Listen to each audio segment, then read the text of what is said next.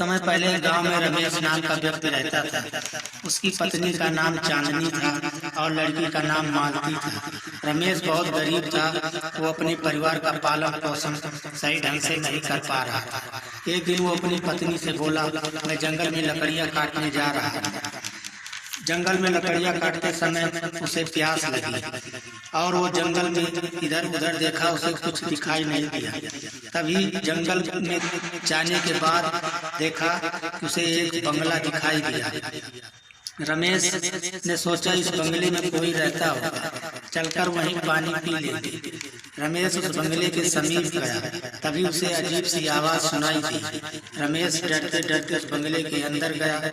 अंदर उसने देखा एक भयानक सा जिन उस बंगले में दिखाई दिया। रमेश को जिन ने कहा, चले जाओ नहीं तो तुम्हारी मृत्यु निश्चित है। रमेश डरते हुए जिन से कहा, नहीं मुझे मत मारो, मेरे छोटे छोटे बच्चे हैं, मैं बहुत गरीब हूँ।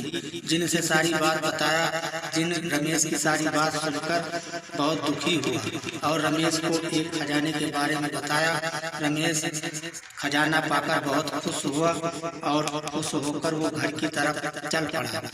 घर पहुंचने पर उसने अपनी पत्नी से सारी बात बताया और पत्नी और बच्चे ने ये बात सुनकर बहुत